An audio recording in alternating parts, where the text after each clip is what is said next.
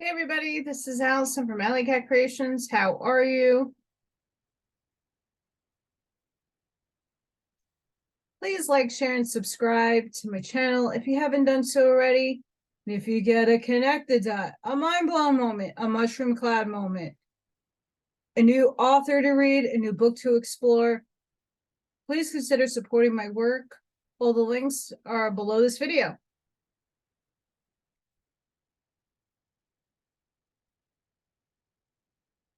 I hope everybody is having a wonderful weekend. As I am now just putting on the air conditioner in the house for the very first time, I didn't realize that there's no air conditioning on the bottom floor. No vents.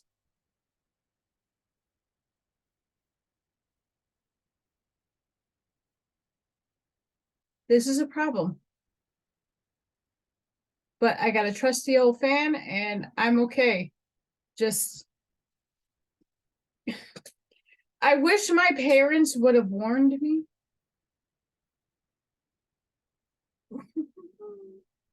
They're silly upstairs. They really are. They're very silly. My dad said you bought a money pit. Oh, well, then why didn't you intervene, Dad? Yeah. Anywho.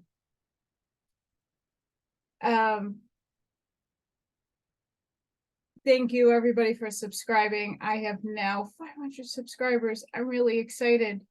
And the channel that I ninja for, We Not Me, just hit 6,000 subscribers.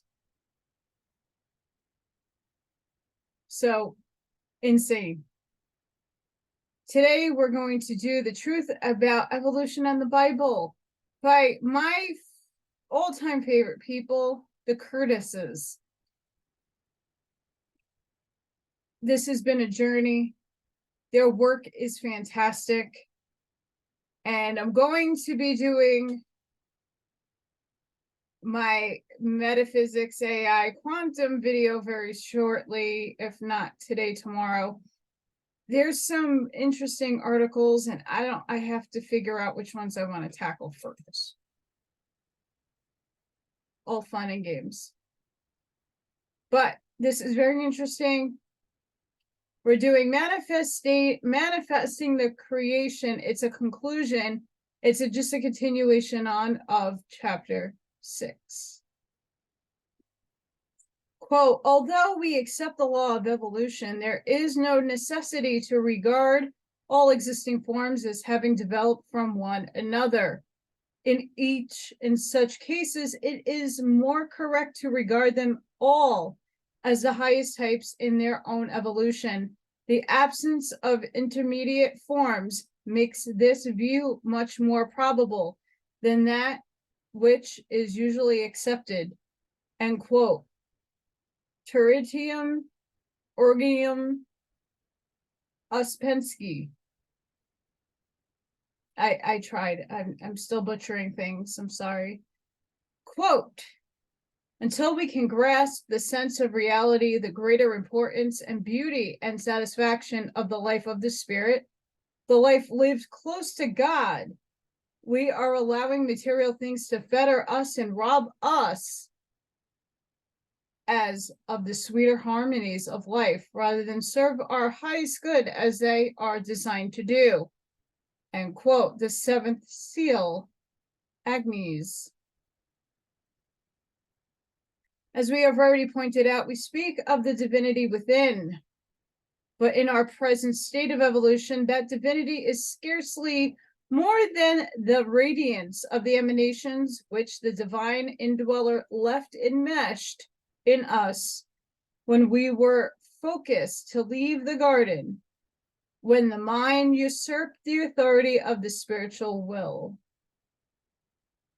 But even this radiance is a very real flame of spiritual force, and through it, we can always ascend into the hill of the Lord and reach the indweller. Therefore, we must dwell in the thought of its radiant shining until it glows more and more intense, for through the misuse of mind, we have driven it out, and by the proper use of mind, we must bring it back. In proportion as we turn the dynamic power of thought upon it, it will truly manifest in our outer lives, even in the outward appearance of the personality. It will bring to birth new powers, new strength, new health, new beauty, new love, new joy of life, new ability to help our fellow man.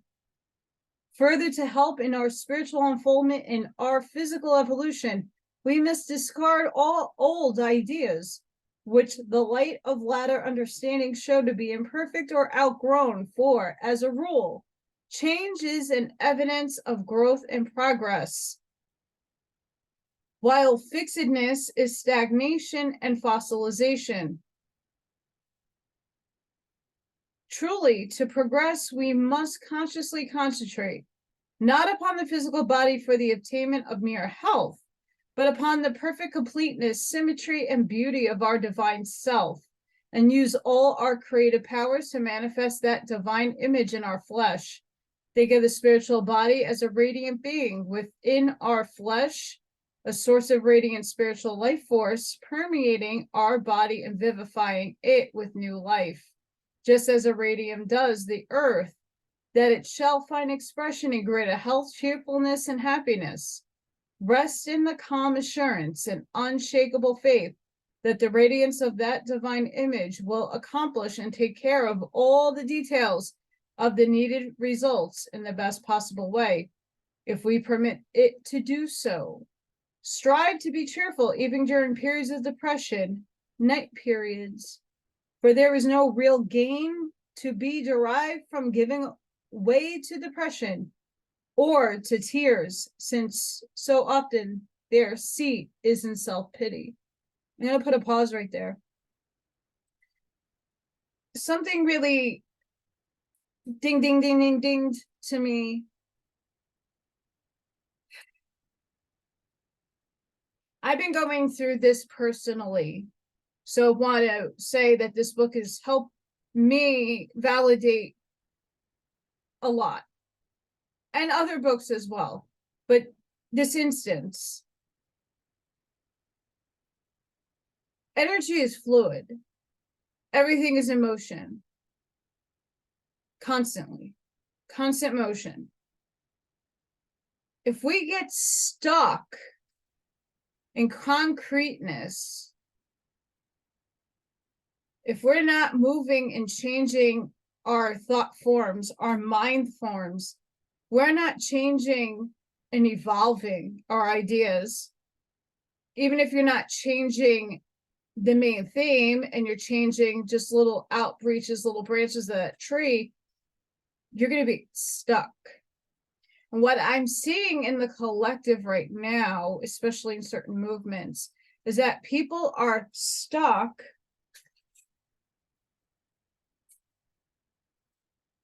to a piece of paper that is past, meaning the written word is in the past.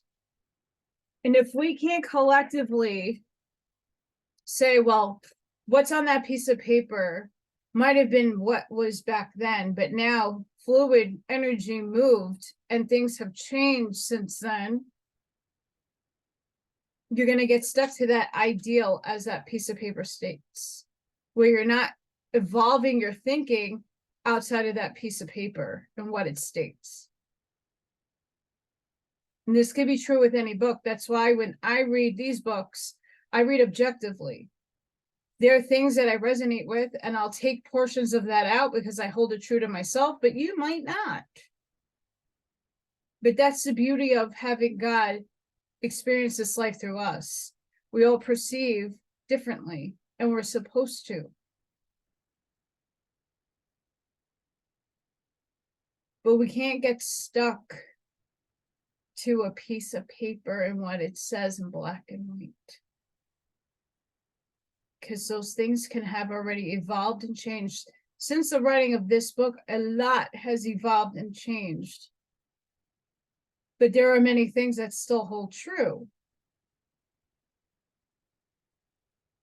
So I just wanted to point that out, and that's still holding true, because a lot of things I am transcending. A lot of people are in this transcending thing, energy, movement.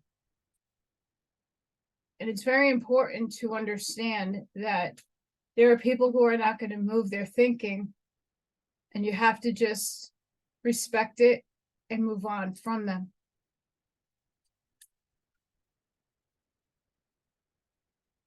During our final incarnations in the physical world, the divine image can shine through in perfection. We have to pass through a period during which the vibrations of every illness or weakness of the flesh, which have been registered in the astral body, have to be brought out and eliminated. And I feel it's happening right now. This period of transmutation or house cleaning is often one of great suffering, yet is an evidence that the time of our redemption and perfection draweth nigh. During the night, during the many house cleanings through which we have to pass, hold fast to the idea that the radiant life force of divine image is creating new and better conditions each day. New cells in the body, new ideas in the mind, new realizations in the soul, and new conditions in the outer life. That is consistently at work to manifest the perfection of spiritual self. Yet God has never left us comfortless. Always the power of the Holy Ghost has overshadowed us, and in our darkest hours the flame of divine love has dwelt with us as a pillar of fire that has guided us through the wilderness of life, and Lord God has spoken to us out of the fiery cloud. Because of the very brilliance of this shining man sees reflected on the darkness and of his life, his creations of sin and disobedience. Therefore, only as he seeks to embody and follow the guidance of the divine light, which shines within, can he learn how to how to advance to the point where he can re-enter his lost heritage, Eden. Unless we often dwell in thought on the glorious possibilities which the light unfolds, we cannot prepare ourselves to correlate with the divine indweller. Therefore, let each earnest reader who desires to have more than an intellectual knowledge of these truths, who desires to make a practical application of them, meditate upon the divine indweller, night and morning, as often as possible during the day, and visualize the manifestation within himself. There never was or is an outer symbol, force, or condition which does not have its corresponding inner mystic meaning or reaction in the life and consciousness of man. Just as radium always has been embodied in the earth and sent out its transmuting and life-giving emanations to the planet and all mankind, so has the Christ force always been embodied in the heart of man and has striven to send out its life-giving emanations and its great powers of transmutation and redemption on the consciousness of the personality. Just as comparatively few scientists of the past have recognized radium and its usefulness, so only the comparative few among the millions of mankind have consciously realized the presence of the Christ force as a radiant center of the divine within them. Only when man's evolution reached a point where he could understand and make proper use of radium for the good of all could he find it, although advanced souls in every age who had reached the necessary stage of evolution both knew about and utilized radioactive substances as a kind of philosopher's stone, even if not pure radium. Radium is one of the threefold expressions of the divine life force in the earth.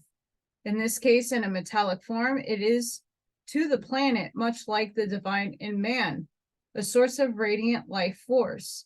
In another aspect, it corresponds to the divine mind, which man's evolution is beginning to enable him to contact more consciously, just as his evolution is beginning to enable him to contact and utilize radium. And just as his divine mind must and does send out its radiant emanations through the mortal mind, whether recognized or not, giving all thought power a creative and persistent enduring force, which enables it to accomplish concrete results. So does radium in the earth give forth corresponding powers, constructive or destructive, according to the degree and method of their use. If our readers could once realize the destructively creative power of inharmoniousness, unkind and impure thoughts, they would understand why there is so much evil in the world and why they have to fight so hard and so long. For evil thoughts are like pestiferous insects, which breed in tremendous swarms, while good thoughts are more like the higher forms of life, whose progeny are few, and which must be nourished and cherished if they are to reproduce. How earnestly, then, should we strive to realize that the creative power of thought is a great step in evolution of new age, in which it will be intensified manyfold, and that we must determine to use it constructively of the new age may be far worse than the past, because new and greater forces are being poured out for man, for him to utilize. Just as it requires but an infinitesimal part of radium to produce a definite result, just so we, if we allow the divine light and life to manifest through and emanate from us, even though we may be infinitesimal in numbers, can help push on evolution of both ourselves and all humanity and the planet itself. Thus can we each accomplish a definite and constructive work in the changing and chaotic conditions of today. For the divine law has made this period of evolution not merely the usual closing of one great cycle, the Piscean, and the beginning of a new, the Aquarian, but a special period when exceptional changes must come about. This is a period when much that is old must be done away. Old ways of thinking, acting, working, governing, doing business, worshiping, that the evolution of all may be accelerated to keep pace with the other advances of the new age. Pause. And as I'm reading this, those of you looking at what's happening now in society, what's going on in our paradigm right now, this manifestation, that speaks volumes.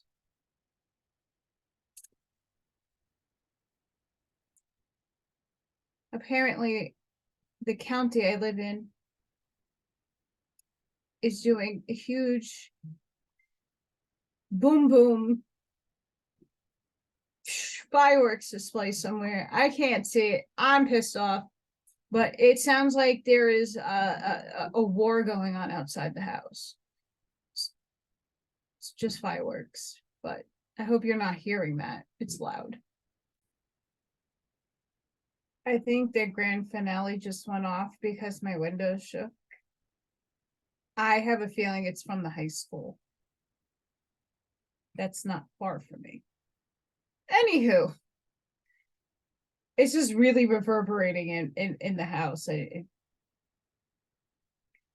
We must adopt such new ideas, not merely in the form of outer creeds and dogmas and man's devising and sophistry of condemnation or superiority over others whose ideas are slightly different, but we must look to the divine indweller to illumine our minds with a realization of our powers as creator. Then our ability consciously to send forth power, positive and vital thoughts of peace, harmony, purity, brotherhood, and cooperation will be a mighty factor in counteracting the mistakes and deficiencies of potentially evolved man and his partially unfolded spiritual consciousness. For in spite of ourselves and in spite of temporary setbacks, we are slowly evolving, since back of all our mistakes and the urge to good. But with our conscious cooperation and determined effort, that evolving can be greatly accelerated and the suffering due to our ignorance and rebellion avoided. As Samson overcame the young lion barehanded and ate of the honey found in its carcass, So upon him who is strong in his faith in the divine, and who constantly looks to and relies upon it for guidance and help, will come the Spirit of the Lord mighty, so that out of danger shall come safety, out of inharmony brotherhood, out of competition cooperation, and out of that which seemed evil shall come sweetness and strength.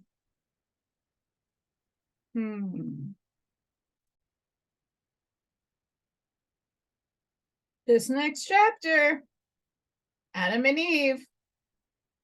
I'm just gonna say,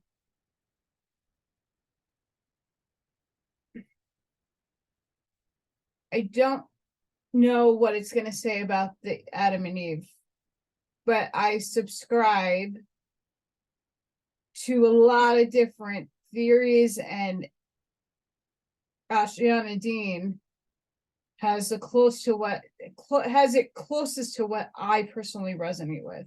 You can do you, boo. But just want to preference that before I go on, because I'm not a fan of the story, because it's so misinterpreted, and Madame Blavatsky has that correct.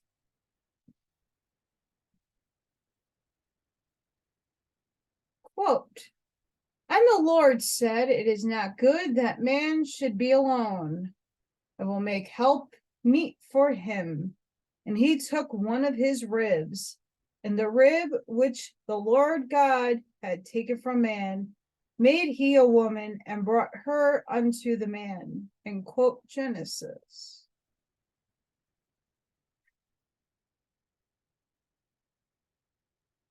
Quote, only in relativity, recent geological periods have the spiral course of cyclic law swept mankind into the lowest grade of physical evolution, the plane of material causation.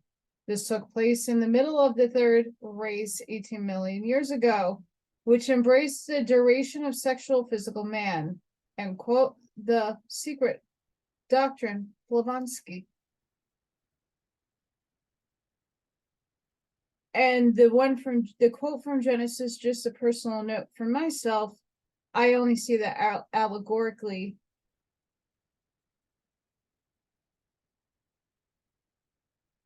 Adam and Eve were not first parents of all mankind. Even the Bible does not claim that. That was a Babylonian legend learned by the Hebrews during the long years of their captivity. Anunnaki.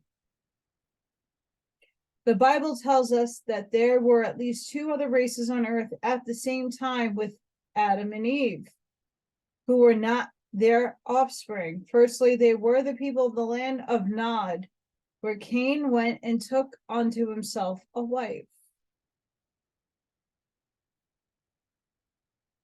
Secondly, there was that mysterious race called the sons of God, which was apparently polygamous, for they saw the daughters of men that they were fair, and they took them wives of all which they choose. In fact, like most biblical narratives, the description is so worded as to divert those who give it any discriminating study from taking it literally. In addition to the wording of the text, the study of comparative religion now amply proves that Adam and Eve are not to be regarded as individual historic personalities, but as types of the earliest physical race. As we have said elsewhere, the literal meaning of Adam is red earth. Hence, Adam stands for the earthly race of the red ray. Red coming first because it is the lowest, most material vibration of solar spectrum, the previous races being too super physical to be classed as earthly. Red ray, root chakra. While the allegorical story of Adam and Eve could not go into details, it nevertheless illustrates the descent of the spiritual man into earth conditions and the broad outlines of his subsequent evolution. Yet if we are to Get wisdom, get understanding, forget it not. As Solomon enjoins us, we should know not only the broad outlines, but something of the details of the marvelous process of involution or materialization of the invisible pattern of man into physical manifestation, as taught in cosmic philosophy, even though those details may prove somewhat intricate and require more than a casual reading.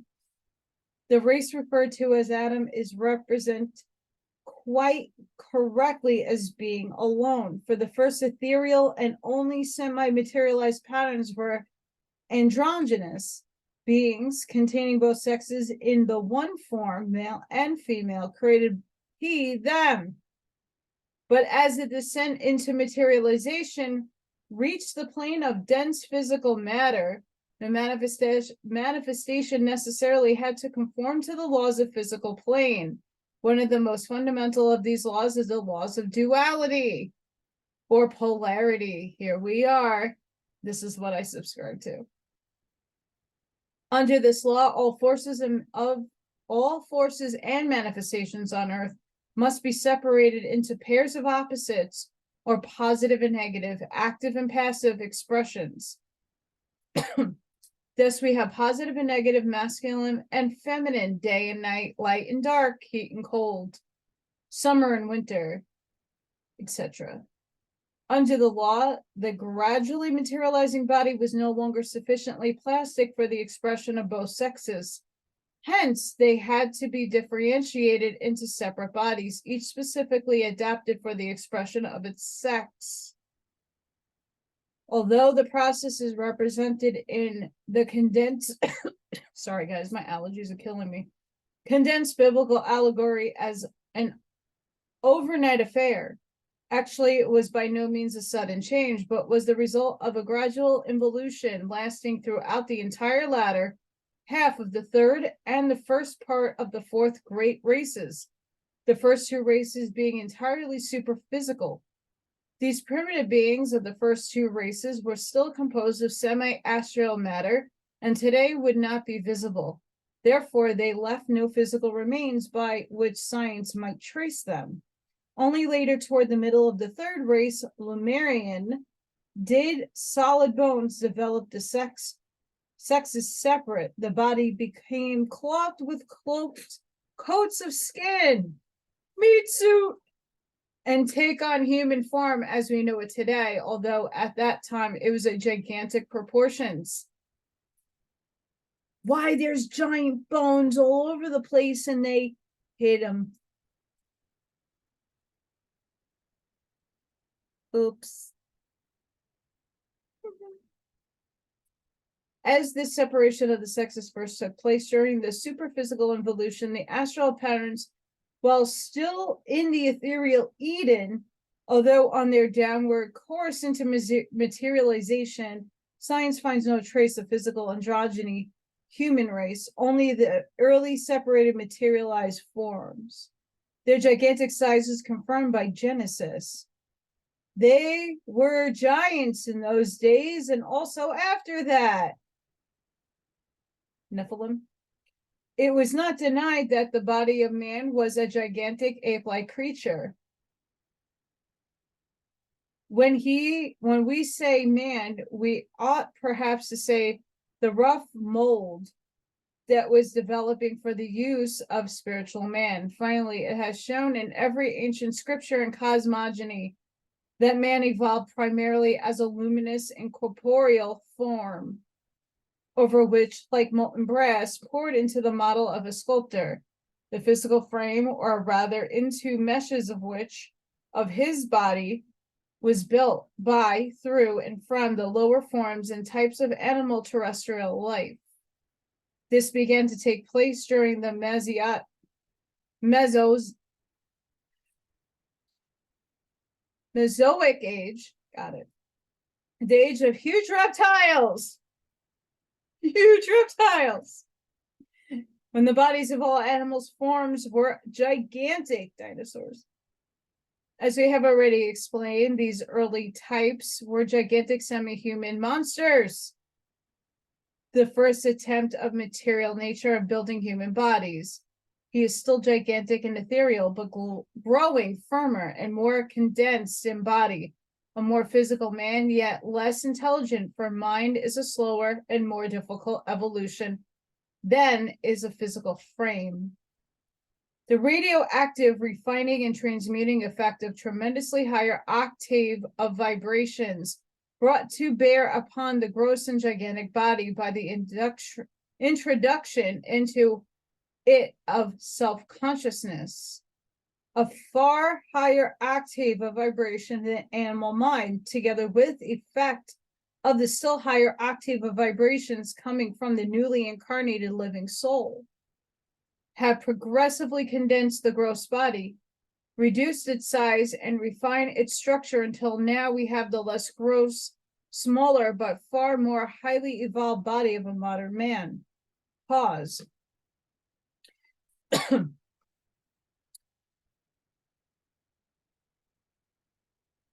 This is all of this is explaining what I feel. My perception is like theirs. I try explaining this to people because a lot of people think I'm a woo-wooer for claiming I'm a part of the angelic collective, but we all are. You just have to start remembering. But envision yourself, like close your eyes and envision yourself in this big vastness of a bright light. And then you individuated as you. And you're this big, huge ball of bright light. And then you start materializing and coming down and coming down and coming down and until you're yourself. Condensed in this little freaking tiny little thing.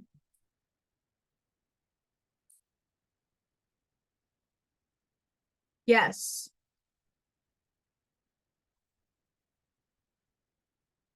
We went from this big vastness of a huge, not as big a source because we were all once part of source, but we then individuated into little, and we came here.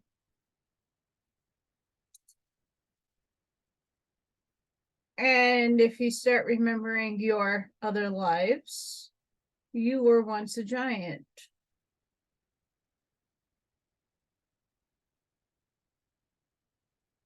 It's quite amazing. The process of separation of the sexes is quite properly represented as rib being taken from Adam's side, for the process at the time was one of budding, just as we see occur today in certain lower forms of life, where the bisexual or androgynous stage passes directly into the stage of separate sexes in the succeeding generations. According to cosmic philosophy, the emanations which came from their bodies during the seasons of procreation were ovulatory, the small spherical nuclei developing into a large soft egg-like vehicle gradually hardened. When after a period of gestation, it broke and the human animal issued from it unaided as the fowls do in our race. Not a strange procedure when we remember that even today, the now sexually generated child is born in a membranous sac or large soft egg-like vehicle.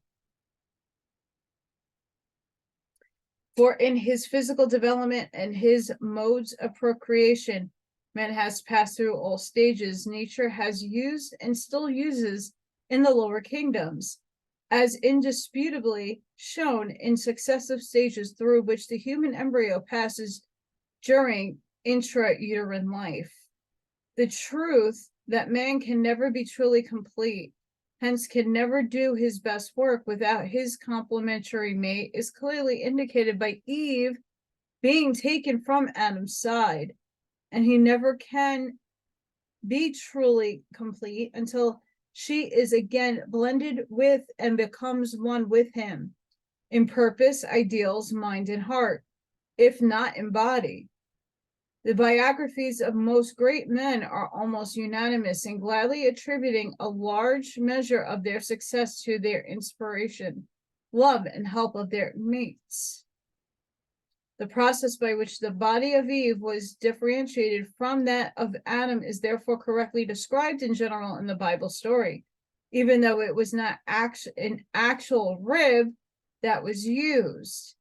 This item is not literal, but is allegorical as the rest. For in the anatomy of man, there is no rib missing. He has the same number on one side as on the other, and the same number as women. What then is the significance of the use of the rib? Why should that particular part of man's anatomy be mentioned as the origin of woman rather than any other? The anatomy of the rib gives us the key to the symbolic interpretation. The ribs are an essential part of the framework of the body, without which the vital organs would not be protected or the body be able to maintain its erect posture. Here in one graphic word, it is clearly indicated that woman was not created as a mere offshoot, as a mere appendage to man, as a possession of his, or for man's mere companionship and pleasure, or as an afterthought of God's. This false interpretation by theologians was one of the major causes which for centuries kept women in bondage and servitude, as a possession and a chattel of men. But the obvious meaning of the symbol indicates that woman is not an appendage, but an integral part of the body of humanity and the framework of society, without which its vital organs would not be protected or humanity be able to maintain its uprightness. Under the law of duality, woman is but the natural differentiation of the female aspect of one spiritual being in the spiritual world, who is seeking manifestation on earth through the two co-equal masculine and feminine organisms. Sex, therefore, is not merely a thing of the body, but inheres in the soul itself. It also inheres in every differentiated or individualized form of consciousness, long before it manifests in the flesh. In fact, it manifests in the flesh only because it already exists in the pre-physical pattern of which the flesh is but a materialization.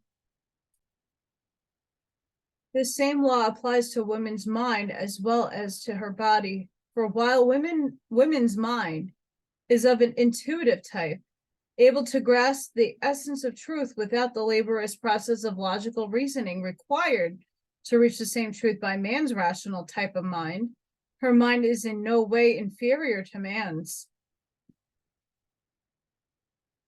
Even in the structure of women's brains, the critical examination of the brain of the celebrated feminist Helen Gardner by the neurological specialist at Cornell University shows that, compared in each of its details with the brains of 20 other men and women, the brain of Miss Gardner has presented abundant evidence that the brain of a woman needed not be inferior to that of a man of equal rank.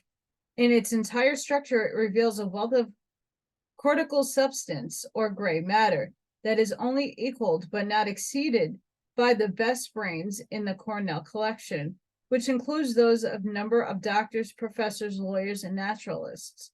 While the brain structure of men and women are comparable, their types of mind are as distinctive as their types of body.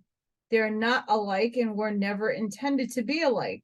They are complements of each other, and both working harmoniously together are needed for the highest manifestation of soul consciousness in society or outer affairs of mankind. As we said elsewhere of women during this coming age, Adam, or the real or divine self, will once more give up a mental rib or a part of the framework of his mental body, and out of it will be fashioned once more a help meet for him.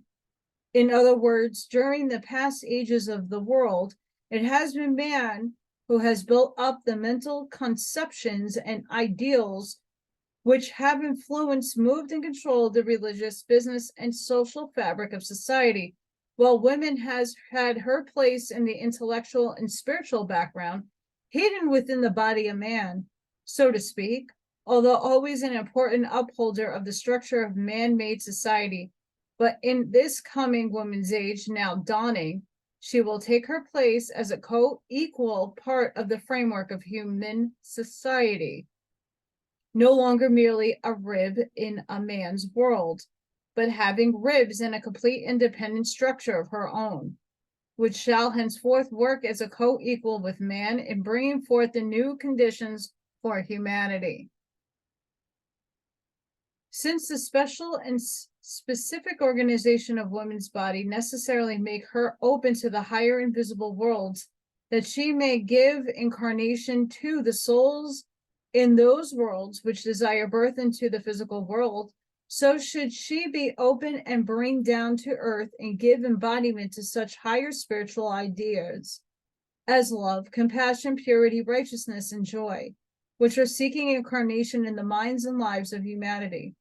Her relation to man should be a stimulant, his passion for truth instead of his passion for lust.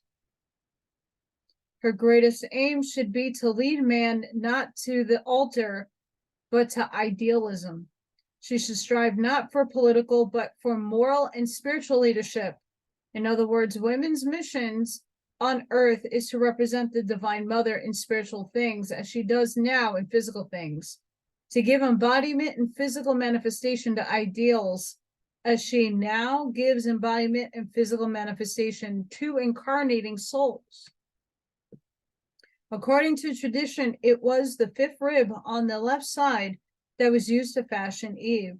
This too has a wonderful symbology, for that is the rib which covers or encloses the heart, the universal symbol of the feminine or heart qualities or love, nature, intuition, sympathy, compassion. This indicates that in women, there is a greater and more independent expression of divine love, nature, of soul. Then there could possibly be an androgynous being dominated by the masculine aspect. Until the cycle in the world's history, almost every system of religion and esoteric philosophy has rejected the feminine and either taught the absolute separation of the sexes as the ideal, segregating women in convents and men in monasteries, or has in some way rejected women, even to the extent of denying to women a soul and bearing her from paradise, accepted to ministers and men's desires. The time has now come when women must take her place as the priestess of the Most High, the reveler of her, geez Louise, of purity and truth to men. It is women who must lift up the world's ideas of the sex force from the mere and degradation of man's misconceptions and give this great power its proper place in the temple of the living God, the body, as the highest expression of the divine man, just as it was women who gave to men the apple of discord, so must it be women who plucks the golden apples that grow at the top of the tree of life and give them to men to eat. But until women awakens to her responsibility and understands her real mission, her power to play upon man's heart, stimulate his noblest aspirations, and thus lead him to the height of the spiritual attainment instead of into mere physical union without love. She will continue to be the slave she is today, in spite of any political or social liberties she may obtain. Truth. Man is already today as ever to be led by women in an altruistic and unselfish crusade. But to secure his cooperation, he must be led by ideals, for he instinctively resists being driven by force of compulsion. Most women realize this power of moral leadership, but they should understand that it is their duty, their great privilege, and their great opportunity. As women today begins to awaken to her independent status, her first reaction is to think that to be man's equal, she must do the things he does and copy him as much as possible. She therefore endeavors to suppress all normal contours and strives to be a boyish figure. Boyish, bob, Boy Scout, hiking clothes, and so forth. She even apes his bad habits and vices, smoking on the streets and in automobiles, drinking in public. Yet at the same time, to attain her own ends, she continues her age-old efforts to fascinate and enslave men by her skinty and suggestive dress, her facial makeup, and her general sex appeal. In all this, instead of exhibiting her independence, she tactfully confesses that there is a superiority in man worthy of imitation. She thereby reveals the inferiority complex which her ages of subjection by man has built into the race consciousness. If we did not know that all this is but an exuberant phase of the first stages of our newly won freedom, much as children run, shout, and throw up their caps when let out of school, we might well fear for her future. But we know that ere long she will drop these essential unfeminine fads and begin to express the higher and more worthy aspects of true feminism. It is not so long ago that man passed through a similar stage, aping women by dressing in effeminate lace-trimmed clothes, seeking to gain distinction by the shape of his legs, exposing his knees, using face powder and rouge, carrying lace handkerchiefs and jeweled snuff boxes, and doing everything to express his vanity of person and increase his sex appeal. Our forefathers. And if man has learned the real superiority is not exhibited by clothes or personal adornment, but by the expression of superior qualities of mind and heart, so must women learn the same lesson. The superiority complex that each must obtain is to rise superior to the usual faults and weaknesses of the less evolved. For to be truly equal, men and women must strive to express the highest possibilities of true manhood and true womanhood, and not give way to passing weakness and fads, which only reveal the vanity of a soul not yet awakened to the higher conceptions of life. To reach his highest expression of life, a man must recognize not merely woman's true position in society and cooperate with her in all constructive and uplifting endeavors, but he must learn to recognize and develop the feminine qualities, sympathy, intuition, compassion, and love within himself. Just as women must learn to balance her feminine qualities with the masculine qualities of logic, reason, courage, and will, or humanity as a whole can bring forth its highest ideals. And I'm going to end that there. Next is the Garden in Eden. And was Eden on another planet or another plane of existence? But these two chapters, holy my goodness, resonated with all of it, needed to be read. And especially what we're dealing with right now in society, we need to be neutral and balanced in both our qualities. The divine feminine is coming back to balance out the masculine that has been here for so long.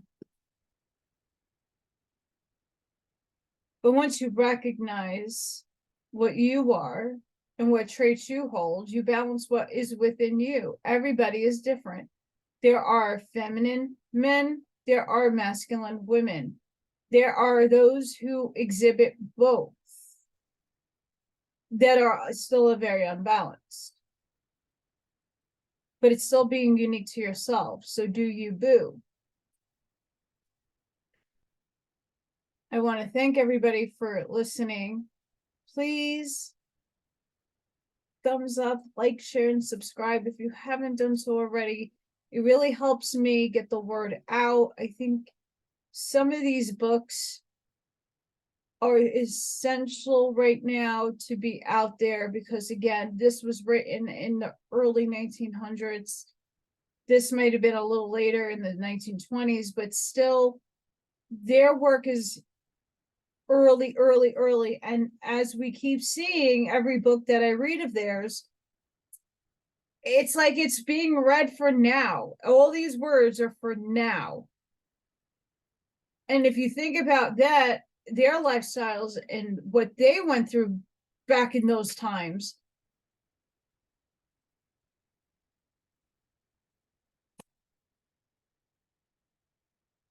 it's insane.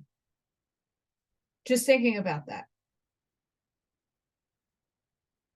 And we have come so far, and yet we're finding that these words still hold so much weight right now. So I hope you all enjoyed this. I love this book. I love all of their writing. It's just incredible how I connect with all of it. I hope you resonate with it too. Please support my work if you can. And I hope all of you have a restful, wonderful weekend. Sending each and every one of you protection, love, light, and shielding. Please go within. Start remembering who you are in essence. Remember what you were and what you embody and what you are now. I think a lot of people are failing to recognize what you were first. And it's essential. So, love and light, everybody. And until the next one, bye, guys.